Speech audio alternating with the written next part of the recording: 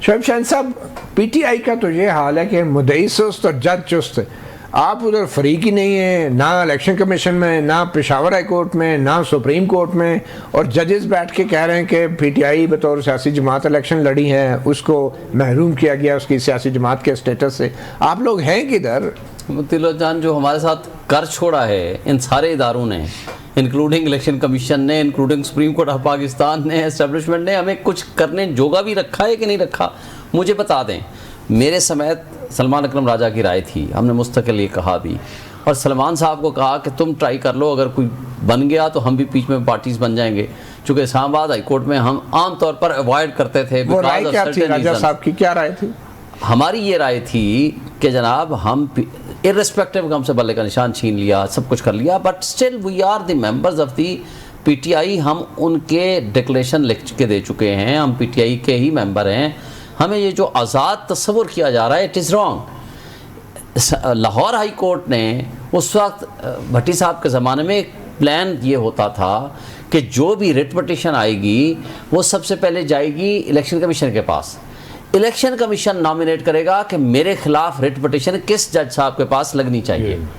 ये बाकायदा प्लान पूरा, जब तक भट्टी साहब रहे ना चीफ जस्टिस, ये अमीर भट्टी साहब। नहीं, इलेक्शन कमीशन किस कानून के तहत नॉमिनेट करता है कि फला हाई कोर्ट का जज रिट सुनेगा? जी, ये कैसे है सर? नहीं कि तहरीरी तौर पे तय हुआ, ये बात ऑफ द रिकॉर्ड तय थी। इनकी पॉलिसी थी। इल्जाम है ना? नहीं, इल्जाम नहीं, ये पॉलिसी थी हाई कोर्ट की कि जो रेट आएगी इलेक्शन कमीशन के खिलाफ वो फौरी तौर पर पॉलिसी थी बाकायदा। चलें सर, वो तो एक होगी ना, वो तो सलमान राजा साहब ने कर दी। आप जो है मखसूस नशिस्तों के ऊपर आप फरीक क्यों नहीं बने? मैं उसी पे आ जाऊँ।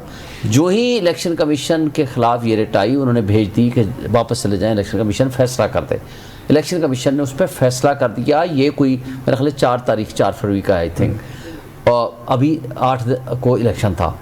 उन्होंने कहा कि नहीं, आपको जब बल्ले का निशान छीन लिया गया तो अब आप आज़ाद हैं। गौहर साहब is no more a chairman, क्योंकि हम उसको चेयरमैन ही नहीं मानते, उसका सर्टिफिकेट ही अनलॉफुल एंड इलीगल है, लिहाजा आप इंडिपेंडेंट हो गए। अब हमारे साथ जब दोबारा इलेक्शन करा के भी हम आ गए, अभी तक हमें वो सर्टिफिकेट अभी भी नहीं मिला। अब एज एन अबेंडेंट काशन हमारे पास 2 ऑप्शन थे। या तो हम, अभी मेरी राय वैसे इसी में थी कि हम पीटीआई को पार्लिमानी पार्टी बना लेते हैं, रिस्पेक्टिव जो भी उसका इफेक्ट आएगा। मगर हम डरे हुए इतने थे कि हमने कहा यार जो शख्स पार्टी रजिस्टर्ड है, उसका सिंबल है, वो मौजूद है। अब हमारे पास 2 जो टेस्टेड फ्रेंड्स थे हमारे साथ खड़े थे, या वो थे क्या नाम था, वहदतुल मुस्लिमीन साहब वाले, या सुन्नी इत्तेहाद वाले। मेजॉरिटी ने कहा सुन्नी इत्तेहाद के साथ चले जाते हैं, तो हम सुन्नी इत्तेहाद में शामिल हो गए। अच्छा, मगर ना हमें इंडिपेंडेंट खुशी से हुए, ना हम खुशी से किसी जगह पे। अच्छा, फिर इस सारे मौजूद बेचारे इतने बड़े बड़े कानूनदान और हम तो बड़े करते क्या? से हम बड़े परेशान करते क्या? आप अगर आप जैसे बड़े वकील जो है, बैरिस्टर एतजाज हसन, सलमान अकरम राजा और जितने टॉप के लॉयर्स हैं, हामिद खान, उनके होते हुए आप इतने मजबूर और इतने बेबस थे, मतलब कौन सा काम है जो हमारे साथ नहीं करेगा?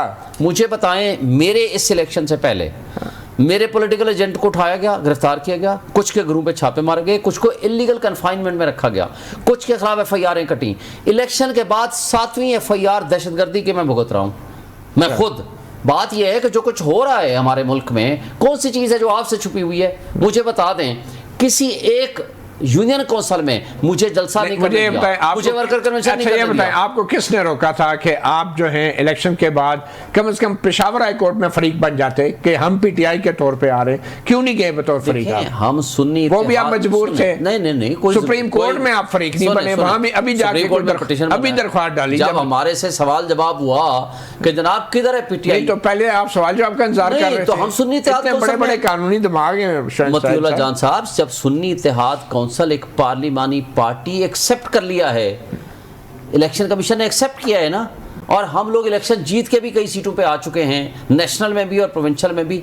अब क्या एतराज है हमें सीटें ना देने में? अब आप चाहते क्या हैं सुप्रीम कोर्ट से? हम कहते हैं कि हमें सीटें वापस कर दें, सुन्नी इत्तेहाद काउंसिल की सूरत में करें या पीटीआई की सूरत में करें। अच्छा, अभी भी आप कहते हैं सुन्नी इत्तेहाद काउंसिल भी मंजूर है? देखें, हमें तो रिजर्व उसका मंशूर पड़ा है, उसमें तो कहते हैं खवातीन रुकन हो ही नहीं सकती सुन्नी इत्तेहाद काउंसिल। मुझे बताएं, आपने पढ़े बगैर उनके साथ ज्वाइन कर लिया? IF कहता है क्या था वो, मिसप्रिंट था, तो हामिद रजा साहब का भी मिसप्रिंट था, वो उन्होंने उसकी तस्हीह आज कर दी है। उन्होंने कहा जिस तरह JUIF का मिसप्रिंट था, ये भी मेरा मिसप्रिंट ही था। जो कहते हैं ना आपसे आए तो आने दो, तो फिर वो मिसप्रिंट ही है भाई।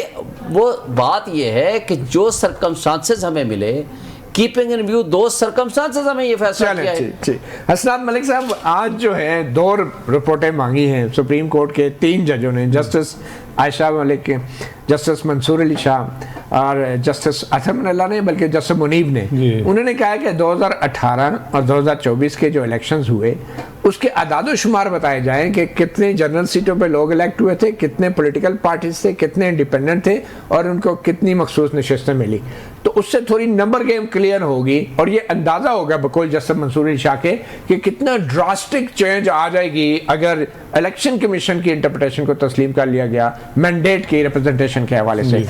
मसलन ये जो मेरे पास आदाद शुमार है अब की 2024 के जो इलेक्शंस हैं उसमें जनरल सीट जो है जो हुक्मरान इत्तेहाद के पास हैं वो 209 हैं जो हुक्मरान इत्तेहाद के पास हैं। अगर और इसमें वो भी शामिल है मखसूस नशिस्तें जो उनकी बनती थी जो पहले उन्हें दी गई थी। अब अगर ये 22 के करीब खवातीन की नशिस्तें भी इनको दे दी जाती हैं तो ये 231 बन जाते हैं, 2/3 अक्सरियत बन जाती है, 25 का क्रॉस कर जाते हैं, मतलब 231 की टोटल बन जाते हैं, 225 का क्रॉस कर जाते हैं। तो ये बड़ा ड्रास्टिक किस्म की एक कॉन्स्टिट्यूशनल अमेंडमेंट पावर नहीं आ जाएगी। और आप समझते हैं कि इन रिपोर्टों की बुनियाद पे सुप्रीम कोर्ट को फिर एक्शन लेना होगा। जस्टिस काजी फाइसा तो इसके सब खिलाफ थे कि भाई इस तरफ जाए क्यों रहे कि कितनी किसको मिलेंगी। वो तो टैक्स कह रहे थे कि आइन का टैक्स देखें और चीज़ हमारे सामने है वो हमने देखनी है, लेकिन जजेस का इस चीज़ पे इतराक है इस मामले में। और बज़ाहिर ये लग रहा है कि PTI और सुन्नी इत्तेहाद कौंसिल वो भी अपने, ये नहीं है कि रिजर्व सीटें हमें मिलें, उनका भी जो मेन ऑब्जेक्टिव है वो है कि कॉन्स्टिट्यूशन अमेंडमेंट जो होने जा रही है उसमें सबसे बड़ा जो इस वक्त जो कोशिश की जाएगी वो अदलिया पे पेनिट्रेशन की कोशिश की जाएगी कि जिस तरीके से रोटेशन ऑफ जजेस की बात हो रही है कि कॉन्स्टिट्यूशन अमेंडमेंट में कि हाई कोर्ट के जजेस को मुख्तलिफ हाई कोर्ट में भेजा जाए, सीनियर मोस्ट के अलावा भी कोई चीफ जस्टिस। चले ये तो आपको क्या लग रहा है कि चीफ जस्टिस काजी फाइसा का जो अभी तक का जो उनका एक रिमार्क्स हैं या ऑब्जर्वेशन, वो ये चाह रहे हैं कि हुक्मरान इत्तेहाद को आइन में तरमीम के लिए 2/3 अक्सरियत दे दी जाए? आपको लग रहा है, तासुर मिल रहा है? देखिए उनके रिमार्क्स तो बड़े वाजे हैं कि वो कहते हैं वो सारा उनका जो पूरा आर्गूमेंट है वो हाइपर टेक्निकलिटीज पे है मामला।